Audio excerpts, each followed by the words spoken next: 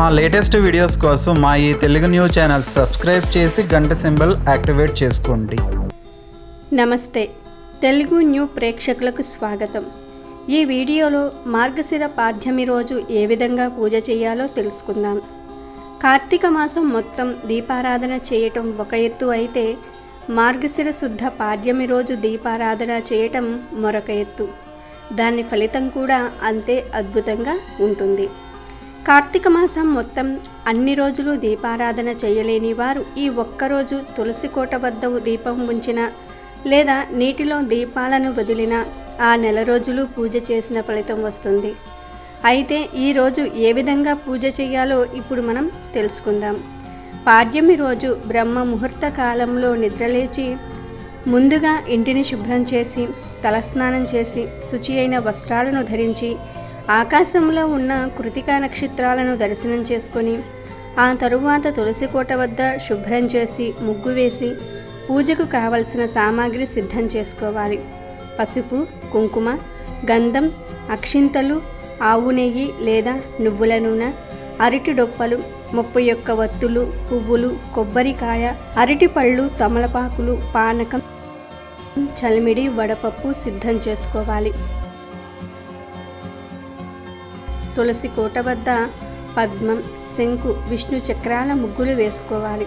తర్వాత తులసి కోట వద్ద అలాగే తులసి కోట ముందు పీట మీద ఆసనం ఏర్పాటు చేసి పసుపు రాసి కుంకుమ బొట్లు అద్ది బియ్యం పిండితో అష్టదళ పద్మం ముగ్గు వేసుకోవాలి. ఆ తరువాత శివ పార్వతుల ఫోటోను సిద్ధం చేసుకోవాలి లేదా వెంకటేశ్వర స్వామి ఫోటోను సిద్ధం చేసుకోండి. చక్కగా దేవుడి ఫోటోలకు గంధమద్ది కుంకుమ బొట్లు పెట్టి పూలతో అలంకరించి ఆవు నెయ్యితో దీపారాధన చేసుకోవాలి. ఆవు నెయ్యితో దీపారాధన శ్రేష్టం. ఆవు నెయ్యి లేనివారు నువ్వుల నూనెతో అయినా సరే దీపారాధన చేసుకోవచ్చు. ఆ దీపానికి గంధమద్ది కుంకుమ బొట్లు పెట్టి పుష్పాలను అక్షింతలను సమర్పించి నమస్కారం చేసుకోవాలి. ఇప్పుడు 2 తమలపాకులను ఆసనపై ఉంచి దాని మీద పసుపుతో చేసిన గౌరీదేవిని గంధం, కుంకుమలు సమర్పించి పూజించుకోవాలి. మీరు తులసి కోటను పెరట్లో ఉంచి పూజ చేస్తే ఇంట్లో దేవుడి మందిరంలో కూడా దీపం వెలిగించుకోవాలి. లేదు, తులసి కోటను పూజ గది దగ్గర ఉంచి పూజ చేస్తే తులసి దగ్గర చేసిన దీపమే సరిపోతుంది. ఆచమనం, ప్రాణాయామం చేసి గోత్రనామాలతో సంకల్పం చెప్పుకోవాలి. తర్వాత ముందుగా చేసి ఉంచుకున్న పసుపు గౌరీదేవికి విఘ్నం లేకుండా చూడమని పూలు అక్షింతలతో గౌరీదేవిని పూజించుకోవాలి. ధూపం, దీపం, బెల్లం ముక్కతో నైవేద్యం సమర్పించాలి. ఇప్పుడు హారతి ఇచ్చి మంత్రపుష్పం చెప్పుకొని పువ్వులు అక్షింతలు వేసి ఆత్మ ప్రదక్షిణ నమస్కారం చేసుకోవాలి గౌరీదేవికి. ఆ తరువాత గౌరీదేవి దగ్గర వేసుకున్న అక్షింతలను శిరస్సున ధరించాలి. ఆ తర్వాత శివకేశవులకు సంబంధించిన మంత్రాలను శ్లోకాలను పఠించాలి. ఓం కార్తీక దామోదరాయ నమః అని 108 సార్లు పఠించండి. ఇంత సమయం లేదు అనుకుంటే కనీసం 9 సార్లు అయినా సరే శ్రద్ధతో పఠించుకోవాలి. అలాగే ఈరోజు తులసి అష్టోత్తరాన్ని చదువుకోవాలి. కార్తీక దామోదర అష్టకాన్ని చదవాలి. ఇవి ఏమీ చెయ్యలేము అంటే తులసి మాతకు భక్తితో నమస్కారం చేసుకోండి. కార్తీక దామోదరాయ నమః అని మనసులో స్మరించుకోవాలి. పూజ పూర్తయిన తరువాత ధూప దీప నైవేద్యాలు సమర్పించాలి. తాంబూలం, పానీయం సమర్పించండి. నైవేద్యంగా పానకం, చలిమిడి, వడపప్పు, పండ్లు సమర్పించుకోండి. ఇప్పుడు అరటి డొప్పలను సిద్ధం చేసుకొని వాటిలో 31 వత్తులు వేసి ఆవు నేతిలో ముంచి లేదా నువ్వుల నూనెలో ముంచి అరటి డొప్పలలో చక్కగా అలంకరించి ఆ దీపాలను తులసి కోట వద్ద వెలిగించి పసుపు, కుంకుమ, గంధం సమర్పించి అక్షింతలు కూడా సమర్పించి నైవేద్యం ధూపం కూడా సమర్పించుకోవాలి. ఒక పళ్ళెంలో నిండుగా అప్పుడే పట్టిన నీటిని సిద్ధం చేసి ఆ నీటిలో ఈ అరటి డొప్పల దీపాలను వదిలి పూలతో అలంకరించుకోవాలి. ఆ తరువాత చేతిలో అక్షింతలు పట్టుకొని పోలీస్ వర్గం కథ వినాలి లేదా చదువుకోవాలి. కార్తీక మాసం చివరికి రాగానే గుర్తుకు వచ్చే కథ పోలీస్ వర్గం. ఇంతకీ ఎవరి పోలి? ఆమె వెనుక ఉన్న కథ ఏమిటి? దానిని తలుచుకుంటూ సాగే ఆచారం ఏమిటి అంటే ఆసక్తికరమైన విషయాలు తెలుస్తాయి. పోలీస్ వర్గం అచ్చం తెలుగింటి మహిళ కథ. కార్తీకంలో దీప ప్రాధాన్యతనే కాదు, ఆ ఆచారాన్ని నిష్కల్మషంగా పాటించాల్సిన అవసరాన్ని తెలియజేస్తుంది. పూర్వం కృష్ణా నదీ తీరంలో బాదర అనే ఒక గ్రామం ఉండేది. ఆ ఊళ్ళో పోతడు అనే ఒక చాకలివాడు ఉండేవాడు. ఆయన భార్య మాలి మహాగయ్యాలి. ఆ వీధిలోనూ ఆ ఊళ్ళోనూ ఆమె ఎవ్వరినీ నెగ్గనిచ్చేది కాదు. ఆమెకు 4 కొడుకులు. వాళ్ళందరికీ కూడా వివాహం జరుగుతుంది. మొదటి 3 కోడళ్ళు కూడా అత్తగారి మాదిరిగానే గొడవలు పెట్టుకునే రకం. అందువలన మాలి ఆ 3 విషయంలో తగ్గి ఉండేది. 4వ కోడలు పోలి అంటేనే ఆమెకు మహాలోకువ. పోలికి అనుకువ, దైవభక్తి ఎక్కువ. పోలి భర్త కాస్త మెతక మనిషి. అందువలన ఆమె ఆ ఇంట్లో మరింత అలుసు అవుతుంది. అత్తతో పాటు మిగతా 3 కోడళ్ళు కూడా ఆమె పట్ల చాలా కటువుగా ప్రవర్తిస్తూ ఉంటారు. వాళ్ళంతా ఏ పని చేయకుండా మొత్తం పనంతా కూడా పోలికి అప్పగించేస్తూ ఉంటారు. దాంతో పోలికి చాలా కష్టమైపోతూ ఉంటుంది. పోలి చాలా కష్టపడుతుందని తెలిసిన భర్త ఎవరినీ ఏమీ అనలేని పరిస్థితి. పాపం ఊళ్ళో వాళ్ళు కూడా పోలి పరిస్థితికి జాలిపడుతూ ఉంటారు. ఆమెకు ఆ ఇల్లే పంజరమైపోయిందని చెప్పుకుంటూ ఉంటారు. అలా ఒకసారి కార్తీక మాసం వస్తుంది. మాలి తన 3 కోడళ్లను తీసుకుని రోజు నదీ స్నానానికి వెళ్ళి వస్తూ ఉంటుంది.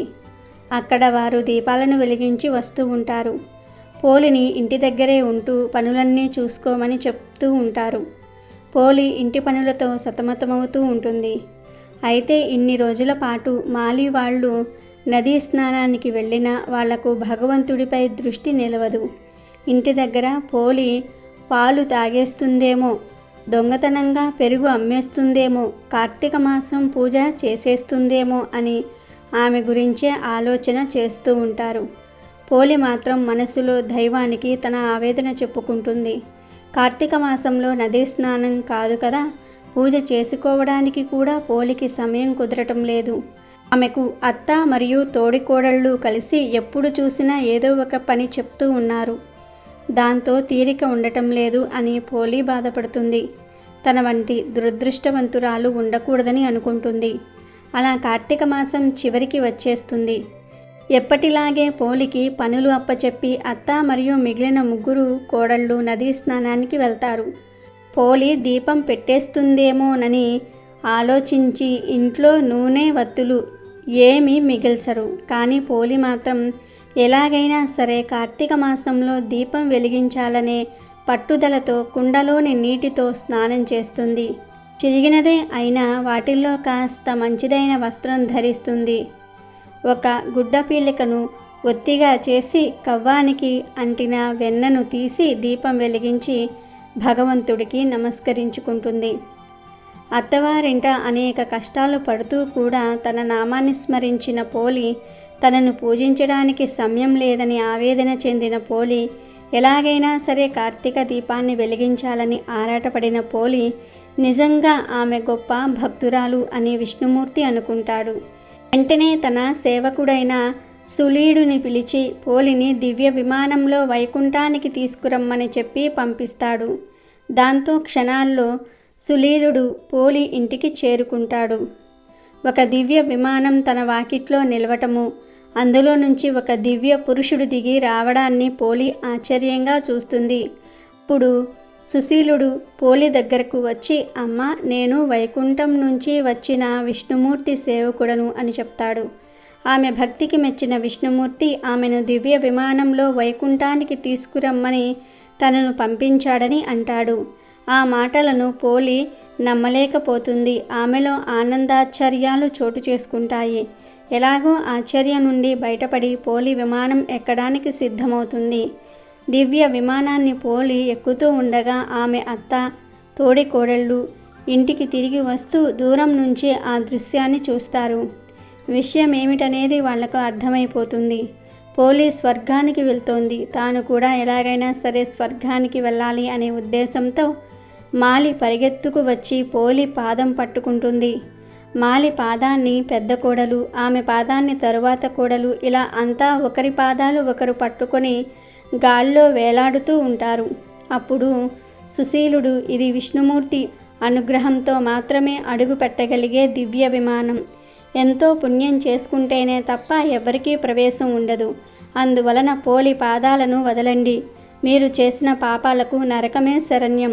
మీరు వెళ్ళవలసింది అక్కడికే అని అంటాడు. అయినా వాళ్ళెవ్వరూ కూడా ఆ దివ్య విమానాన్ని వదలకపోవటంతో మాలి చేతులను సుశీలుడు నరికేస్తాడు. దాంతో ఆమెతో పాటు 3 కోడళ్ళు కూడా అక్కడి నుంచి క్రింద పడిపోతారు. పోలి శరీరంతో వైకుంఠానికి చేరుకుంటుంది. నిస్వార్థమైన బుద్ధి, స్వచ్ఛమైన భక్తి కలిగిన వారి పట్ల భగవంతుడి అనుగ్రహం ఎప్పుడూ ఉంటుందనే విషయాన్ని పోలి కథ స్పష్టం చేస్తూ ఉంటుంది.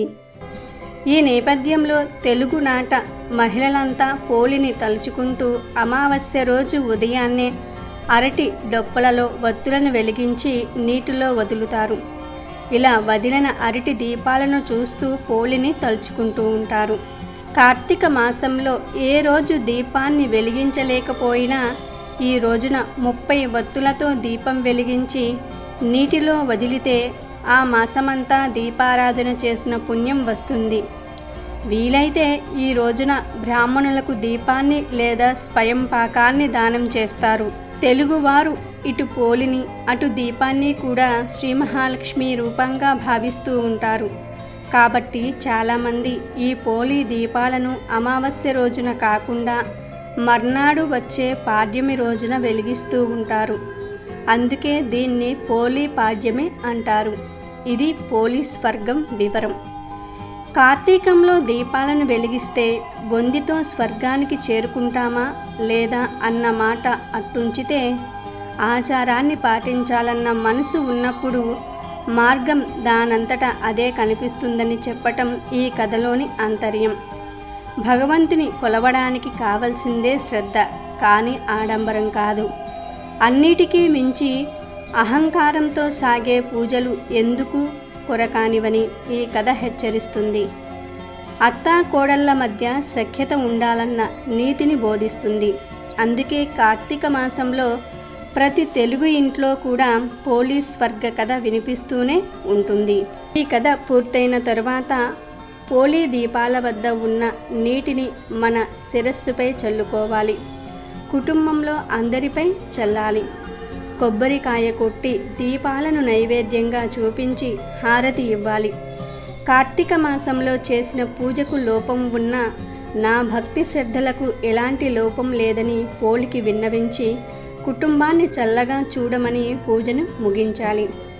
కాలువలో, కొలనులో లేదా నదులలో చేసేవారైతే పక్కనే ఉన్న కనీసం 3 ముత్తైదువులకు తాంబూలం ఇవ్వాలి.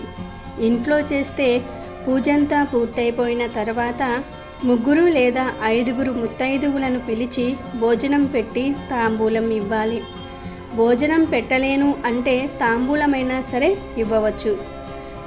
పిల్లలు ఉన్నవారైతే వారితో కూడా దీపాలను వదిలించండి లేదా ఆ దీపాలకు నమస్కారం చేసుకోమని చెప్పండి.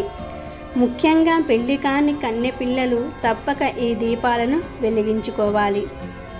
అంతా పూర్తయిపోయిన తరువాత బ్రాహ్మణులకు స్వయం పాకం ఇచ్చి కార్తీక మాస వ్రతం పూర్తి చేసుకోండి. మరి విన్నారుగా పోలి స్వర్గం కథ. పోలి స్వర్గం పూజ ఎలా చేయాలో ఇప్పుడు మనం చెప్పుకున్న విధంగా చేసి మంచి ఫలితాలను పొందండి. ఆ పోలి పాడ్యమి దీపాలు ఏ ముహూర్తంలో వెలిగించుకోవాలంటే బ్రహ్మ ముహూర్తంలో వెలిగించుకోవాలి. నవంబర్ 13న ఉదయం 4:44 నుండి 5:35 వరకు బ్రహ్మ ముహూర్తం ఉంటుంది. కానీ 5:01 వరకు అమావాస్య తిథి ఉంది. కాబట్టి 5:01 నుండి 5:35 మధ్య కాలంలో ఈ పోలి పాడ్యమి దీపాలు వెలిగిస్తే చాలా మంచిది. ఈ సమయం దాటినా పర్వాలేదు, కానీ సూర్యుడు రాకముందు వెలిగిస్తే సరిపోతుంది. ఇక ఇప్పుడు పోలి పాడ్యమి రోజు చేయకూడని పొరపాట్ల గురించి తెలుసుకుందాము. 99% మందికి ఈ పొరపాట్ల గురించి తెలియక ఈ పొరపాట్లు చేసి పాపాన్ని మూటకట్టుకుంటున్నారు. పోలి పాడ్యమి రోజు చాలామంది కొబ్బరి చిప్పల్లో ప్లాస్టిక్ థర్మాకోల్ కప్స్లో దీపాలు పెట్టి వదులుతూ ఉంటారు. కానీ అది చాలా తప్పు. ఎందుకంటే ఇవి గంగలో కలిసిపోవు. వీటిల్లో దీపాలు పెట్టి నదులలో వదిలితే వీటి వలన నీటిలోని చరాచరులకు కూడా హాని కలిగిస్తాయి. కొబ్బరి చిప్పల్లో దీపాలను పెట్టి నీటిలో వదలటం వలన అవి తొందరగా మట్టిలో కలువవు. ఎవరైనా సరే స్నానం కోసం ఆ కొలనులో లేదా ఆ కాలువలో లేదా ఆ నదిలో దిగినప్పుడు పొరపాటున అవి వారి కాలికి గుచ్చుకునే ప్రమాదం కూడా ఉంటుంది. దాని వలన పుణ్యం రాదు, పాపం చుట్టుకుంటుంది. ఖచ్చితంగా పోలీపాడ్యమి రోజు శాస్త్రం ప్రకారం అరటి డొప్పల్లోనే దీపాలు వెలిగించి నదులలో వదలాలి. ఇదే శాస్త్రం. ఒకవేళ మీకు అరటి డొప్పలు అందుబాటులో లేకపోతే ప్రసాదం డొప్పలు, ఇస్తరాకు ఆకులతో చేసిన డొప్పలు ఉంటాయి కదా, అటువంటి డొప్పల్లో పెట్టి వెలిగించవచ్చు. అంతేగాని కొబ్బరి చిప్పల్లో, ప్లాస్టిక్ డొప్పలలో, థర్మాకోల్ కప్స్లో దీపాలు పెట్టి నదులలో వదలవద్దు, పాపం చుట్టుకుంటుంది. ఎందుకంటే మనం పెట్టిన దీపాలు గంగలో ఐక్యమైపోవాలి.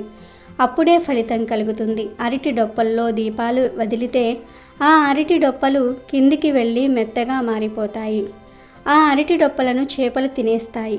కానీ ప్లాస్టిక్, థర్మాకోల్ నీటిలో కరగవు, పైగా జలచరులకు కీడు చేస్తాయి. కనుక వీటిల్లో దయచేసి దీపాలు వదలవద్దు.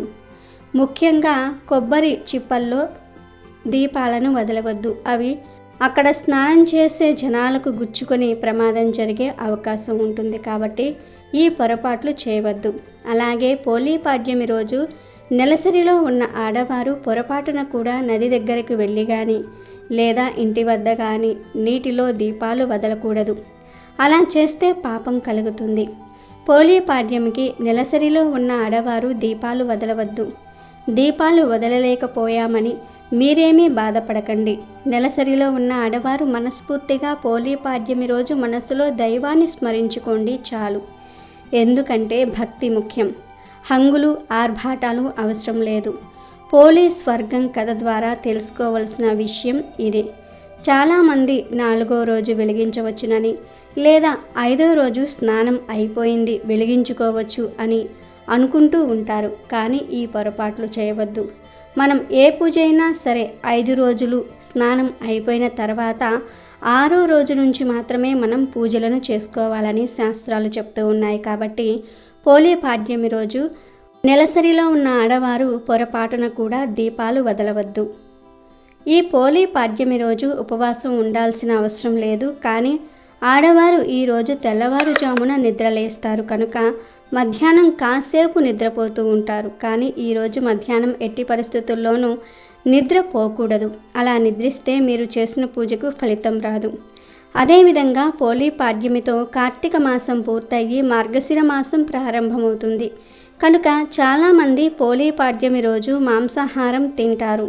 అంటే కార్తీక మాసం 30 రోజులు మాంసాహారం తినని వారు ఈ రోజు నుండి మళ్ళీ మాంసాహారం తీసుకుందాం అనుకుంటూ ఉంటారు. కానీ ఈ పోలీపాడ్యమి రోజు ఎట్టి పరిస్థితుల్లోనూ మాంసాహారం తినకూడదు. మరుసటి రోజు నుండి మాంసం తీసుకోవచ్చు. కానీ పోలీపాడ్యమి రోజు మాత్రం ఎట్టి పరిస్థితుల్లోనూ మాంసాహారం తినకూడదు. అలాగే పోలీపాడ్యమి పూజ చేసేవారు తప్పనిసరిగా ఈరోజు బ్రహ్మచర్యం పాటించాలి. పొరపాటున కూడా ఈరోజు భార్యాభర్తలు కలవకూడదు. అదేవిధంగా పోలీపాడ్యమి రోజు దీపాలు వెలిగించేవారు తప్పకుండా నదులలో, కొలనులు లేదా కాలువలలో తప్పకుండా స్నానం చేసి ఈ పోలీపాడ్యమి దీపం వదలాలి లేదా వెలిగించుకోవాలి. నదులలో స్నానం చేసే వీలు లేని వారు మీకు అందుబాటులో బావిలు ఉన్నా ఆ నీటితో స్నానం చేసి అయినా సరే ఈ దీపాలను వెలిగించుకోవచ్చు. లేదా కాలువలో కూడా స్నానం చేయవచ్చు. ఇవేమీ కుదరని వారు సాయంత్రం బకెట్ నీటిని ఆరుబయట ఉంచి ఉదయాన్నే గంగాదేవి నామాన్ని 3 సార్లు తలుచుకొని స్నానం చేస్తే గంగా నదిలో స్నానం చేసిన ఫలితం కలుగుతుంది. అలా స్నానం చేసి నదులలో, చెరువులలో, కాలువలలో పోలీ దీపాలను వదలవచ్చు. మాకు నదులు, కాలువలు, చెరువులు చాలా దూరంలో ఉన్నాయి అనుకున్నవారు ఇలా బకెట్ నీటితో స్నానం చేసి ఆ తర్వాత మీరు అక్కడికి వెళ్ళి ఆ నదులలో కానీ, చెరువులో కానీ, కాలువలో కానీ దీపాలను వెలిగించుకోవచ్చు. ఇలా వదిలే అవకాశం లేనివారు ఇంటి వద్ద తులసి కోట వద్ద అయినా సరే టబ్లో లేదా బకెట్లో కూడా ఆ దీపాలను వెలిగించుకోవచ్చు. ఈ దీపాలను స్టీల్ బకెట్లో లేదా స్టీల్ టబ్బుల్లో వెలిగించుకోకూడదు. ఇత్తడి లేదా అల్యూమినియం లేదా ప్లాస్టిక్ బకెట్లలో వెలిగించుకున్నా పర్వాలేదు. ఈ పూజ అంతా కూడా సూర్యోదయానికి పూర్వమే అయిపోవాలి. కాబట్టి జాగ్రత్త వహించండి. ఉదయాన్నే వెలిగించాలి కదా అని 8కో 9కో కాకుండా సూర్యోదయానికి పూర్వమే, అంటే కనీసం 5:30, 6 లోపు వెలిగించేసుకోవాలి. అదేవిధంగా 33 వత్తులను వెలిగించేటప్పుడు అగ్గిపుల్లతో వెలిగించరాదు. ఏకహారతి ద్వారా వెలిగిస్తే చాలా మంచిది. ఈరోజు ముత్తైదువులకు తాంబూలం ఇస్తే చాలా మంచిది. వారికి దీర్ఘ సుమంగళి యోగం కలుగుతుందని పెద్దలు అంటూ ఉంటారు. పొరపాటున కూడా ఆ తాంబూలంలో నలుపు, కాఫీ రంగు, ఊదా రంగు వంటి కలర్లో ఉన్న జాకెట్ ముక్కలను ముత్తైదువులకు ఇవ్వకూడదు. ఎరుపు, ఆకుపచ్చ రంగు, పసుపు రంగు ముక్కలు ఇస్తే చాలా మంచిది. కాబట్టి హోలీ పాడ్యమి రోజు పూజ చేసే వారందరూ కూడా తప్పక ఈ నియమాలను పాటించుకోవాలి. అప్పుడే మీరు చేసే పూజకు ఫలితం లభిస్తుంది. లేదంటే పూజకు ఫలితం రాదు, పైగా కష్టాలు ఎదురవుతాయి. అమెజాన్లో బెస్ట్ డిస్కౌంట్స్ కోసం వీడియో డిస్క్రిప్షన్లో లింకు ఉంది, చూడండి. అలాగే మా టెలిగ్రామ్ ఛానల్ సబ్స్క్రైబ్ చేసుకోండి.